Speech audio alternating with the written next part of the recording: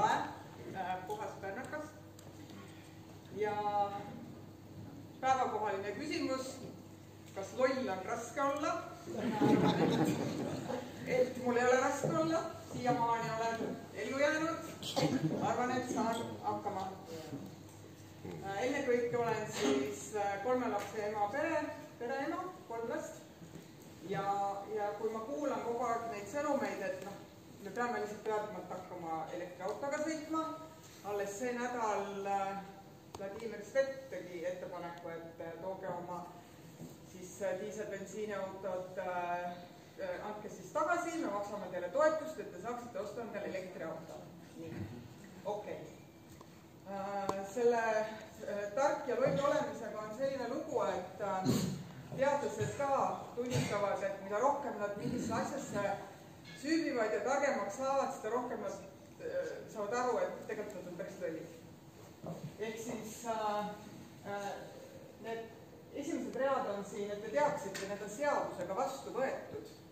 Meie kliimaminister, kes täna on meil peaminister, on need vastu võtnud, ehk siis me peame sellega nõus olema, et siis 2050 ja okei, 50 on kauge, me ei tea keegi, mis siis tuleb või ei tule. Käega katsutavad on nüüd see 2030, et kas te saate aru, kuulates seda eelnevat juttu tuule- ja päikeseenergiast, siis 2030 meil peab olema kõik elekter, tuul ja päike. Ehk siis sellepärast on ka see, et miks jube kiire.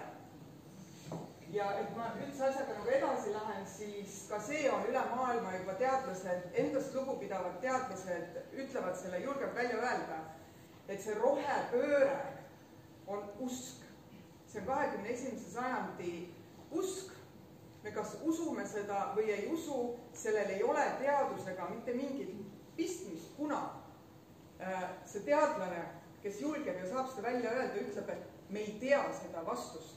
Vastus on see, et me ei tea, kas CO2 mõjutab kliimat, nii et meil on siin liiga valav või liiga külme, mis ka see kogu aeg muutuvad. See on see probleem. Nii, ja kõige kallim ja vähem efektiivsem siis ongi see tuule- ja päikeseenergia. Siin on selline kirvereegel, et mis siis on see kõige efektiivsem, et siit edasi minna siis nüüd see elektriauto teema. Elektriauto tundub selline hästi tore kena asi, siiamaani minu jaoks nad olid lihtsalt nii koledad. Ma üldse ei mõelnudki selle peale, et hakata endale mingit elektriautot. Nüüd nad on läinud ka ilusaks ja hakkasin selgeks tegema. Elektriautol on siis 4 kõige tähtsamat asja. Jätame nüüd selle välimuse ja värvi ja mis iganes kõrvale. Siis kõige tähtsam või esimene asi on see võimsus. Nii, okei, mina kui naisterahvas pigem see võimsus on tähtis meestele, jube hästi kiirendab. See on see võimsus. Minu jaoks kõige tähtsam asi on aku mahutavus. Tõin need suuruse mõisted sinna juurde, see 300 ja vastavalt siis 300 ja 78 aku mahutavus, 78 on üks suuremaid hetkel ongi. Seda pakub Volvo. Teslal on see 208-60 ja siis see 60-48 on üks pisikene elektriauto. Siis tuli välja, et minu jaoks isiklikult kõige olulisem asi on siis tuleb hoopis välja, on see laadija võimsus. Sest miks me üldse ostame endale elektriauto on ju see, et hästi tore, et ma sõidan õhtul koju, panen pistikusse ja hommikul lähen tööle kooli. Nii. See on ju selle asja mõte. Et ei ole ju see, et meil ei müüda neid autosid selle mõttega, et te lähete sinna tanklasse, kus on need kiirlaadijad. Kiirlaadija miinimum, ükskõik mis auto sul on, miinimumaeg on vähemalt pool tundi. On see, mis sa pead nüüd ennast sisustama aega seal tanklas. Ja siis on veel oluline see laadimis, see pardalaadija. See tuli mul üllatusena, ei saanud algul aru, kus see seelena kohe räägin. Et nüüd me jõuame koju. Ma jõuan selle autoga koju, oletame, ostsin enda elektriauto ära ja lähen koju.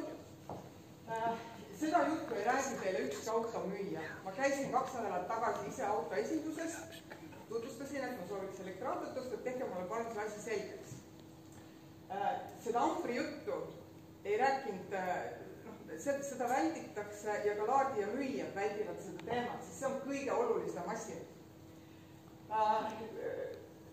autod, enamus elektriautod, mis liiguvad, need sõiduautod, siis on need 11 kilovatised see laadimisvõimsus.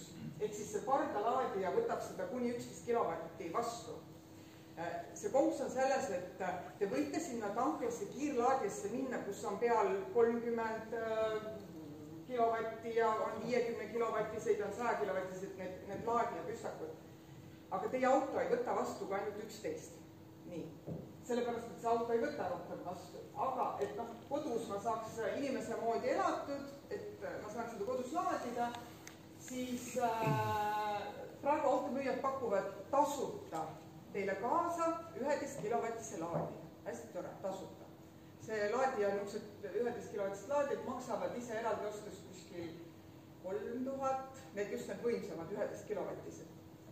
Aga kui ma küsisin müüjalt, et väga tore see 11 kilovatine, et sellest tuleneb ka see laadimise aeg.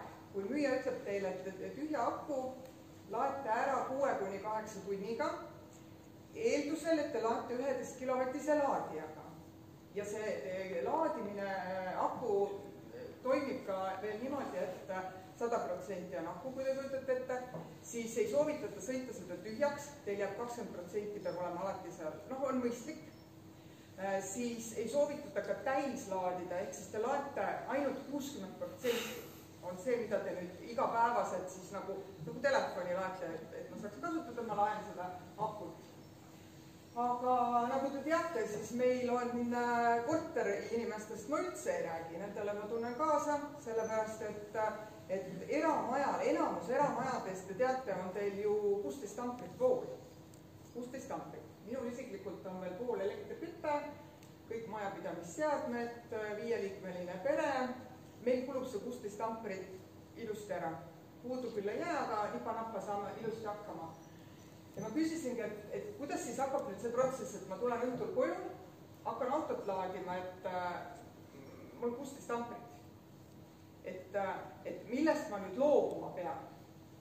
Sest saate aru, et see laadija tahab saada 50 amprit. Ainult üks auto laadimine. Kui peres oleks 2 elektriautot, siis korrutage see 2-ga. Tähendab, see on ühe auto laadimine ideaalis 11 kilovatise laadijaga. Et sellest ei räägi mitte keegi, sest mina isiklikult ei ole sellega nõus, et ma tulen koju, ema paneb auto laadima, siis ütlen tervele perele, et stopp, telekas kinni, duši alla ei lähe, süüa me ei tee, pesumasina tööle ei pane. Et emal on vaja autot laadi, sest et muidu ma ei saa hommikul tööle ja väiksemat last ma ei saa kooli viia, et see on nüüd meie elu. See ei ole nagu reaalne. Ja veel ebareaalsem on nüüd see koht, millest meile riik ei räägi. Seda hoitakse väga vaka all. Et kui teil on 16 amprit on nagu see norm, siis sa pead ostma juurde 50 amprit. Täna amper maksab 404 eurot, ehk siis korda 50 on 20 000 eurot.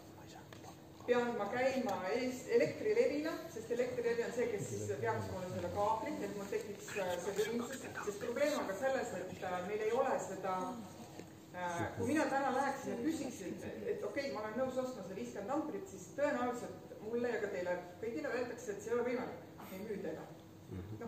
Sest seda voolu sinna külas või kus te elate või maakohas, kus te olete, saate ju kõik, mesterolete, saate eriti hästi aru, kes füüsikat jagavad, seda voolu ei ole. Siis vastavalt siis see 7 kilovatine eeldab 30 amprit. Ja siin on ka see lause, mis ma võtsin Elektrilevist välja, et teil ei tulegi seda voolu sinna, mitte kunagi. Või ma ei tea, siis ükskord meil see kõik geniaalne tuulepark valmis on võib-olla siis saata. Ja kodumajapidamises on üldse kuni 63 amprit. Et kuidas mul nüüd klapib see 50 amprit on auto ja 16 on majapidamine. Nüüd mul juba jääb minu kodu asjadest, ma pean millest hakkama loobuma. Ei saa õhtul pesu pesta. Tõin välja selle ülalpidamise, et okei, oletame, et tegite selle investeeringu, teil on see 50 amprit olemas, osadel vanadel elamistel see on olemas ka. See tähendab seda, et üks tähelepanek, meil oli pikalt ampri ostuhind oli 165 eurot. 1. detsembrist 2023 läks ta 226 ja nüüd on 404. Kuidagi niisugune kahtlane, et oota, ma ei saa aru nagu, kas riik tahab, et ma sõidan elektriautoga või ta ei taha. Või maksan mina selle Elektrilevi kaabelduse isiklikult oma rahast kinni. Nii. Ja siin on see ülalpidamiskulu, et kui mul täna on 16 amprit enamine, siis kuutasu on 6,88 ja kui mul on nüüd see 63 see maksimum, et siis on 22 ja siit tuleb see arvutus 12 kuud 183 eurot. Mina täna isiklikult sõidan diiselautoga. Ma tean täpselt, enam-vähem täpselt, et ma ühes kuus tangin 2 korda täis paaki. Üks paagitäis on 80 eurot. Ehk siis ühe kuu autokulu sõidu ma juba siin jandin mingisuguste ampritega, sest et seda ampritasu ma pean maksma niikuinii. Kas ma elektriauto sõidab või on maha müüdud või ei ole, see kulu on mul igakuiselt ikka. Ja siin lihtsalt väike kõrvalnäide, kuidas siis nüüd riik manipuleerib, et meil on midagi odavamaks läinud. Meil on odavamaks läinud, vaadake, 26 senti on läinud odavamaks. Ja siin on nüüd see näide, et see on nüüd see tankimisjaamad. Ma võtsin välja sellise ühe näite. See on nüüd see Pärnu Alexela Täkupoiss. Kes veel ei tea, seal on kuni 400 kilovatti ka. See on nüüd kusjuures Baltikumi ainukene, see on mõeldud rekkatele. Et siis mina, see lihtne inimene, kellel on nüüd tavaline sõiduauto, ma kasutaks nüüd seda kuni 22 kilovatti, kui ma sinna tanklisse lähen. Sest kui ma nüüd lähen, ma ei tea, ma nimetan seda praegu tankimiseks, ma ei oska muud sõna öelda. Kui ma läheks sinna 50 kilovatisse, siis vaadake, hind muutub. Ja siin tuleb nüüd see konks 45 minutist alates. Ehk siis tankla piirab mul ka seda olemist seal, sest pool tundi ma istun seal niikuinii. Aga mu auto ei võta kiiremini vastu. See kuni 11 kilovatti pardalaadiga auto ei võta seal 22 kilovatist seda voolu nii kiiresti vastu. Ehk siis ma hakkan maksma juba minutitasu veel juurde. Võt siuksed nagu kavalad asjad, mida, ma ei tea, kui ei tea, siis ei süvene sellesse. Ja sellest ka see, kui siin eelmine nädal või millal kuskil sotsiaalmeedias jooksis pilt, kuidas oli tehtud, ma ei tea, ilmselt Tallinnas kuskil oli tehtud foto, kuidas on need laadimispüstakud ja ühe laadija taga oli järjekord. Teised olid tühjad. Et miks sa siis ei lähe selle elektriautoga sinna teise juurde, ongi see, et seal on hind kallim. Seal on kallim lihtsalt hind. Sa maksad nagu juurde sinna autol ole seda võimekust vastu võtta, saab kiiremini, sa ei pea seisma seal järjekorras. Siis maailma esimene üldse, millal me üldse rääkisime elektriautodest, oli sajand tagasi. Ehk siis esimene, see on küll nagu tehti niisugune hübriidi variant. Seda tegi siis Ferdinand Porsche, oli 27-aastane. Seda esitleti maailmanäitusel Pariisis 1900. 2 aastat hiljem ilmub selline arvustus, et see ei ole nagu mõistlik. Ja järgmine hübriid Porsche esitles alles 2007 aasta. Et nii kaua ongi see vaikus, sest et siin ei ole nagu mingit loogikat, et nagu te aru saate. Ja nüüd praegune loogika on see, et Amazon investeeris ja tegi talle need, Amazon nüüd üks rikkamaid ju üldse maailmas, raha on väga palju, need elektrikaubikud, millega nad viivad kaupa laiali, palun väga. Kas see on normaalne?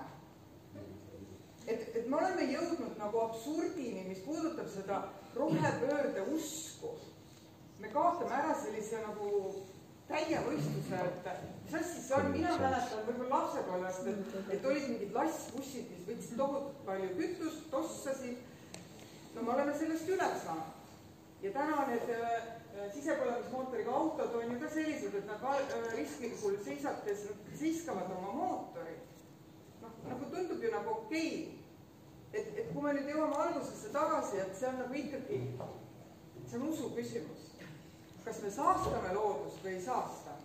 Ja mina nüüd tavainimene pere emana nagu, ma ei ole nõus maksma kinni seda amprite janti, ega see elektriauto on ju meil tavapärasest autost kallim.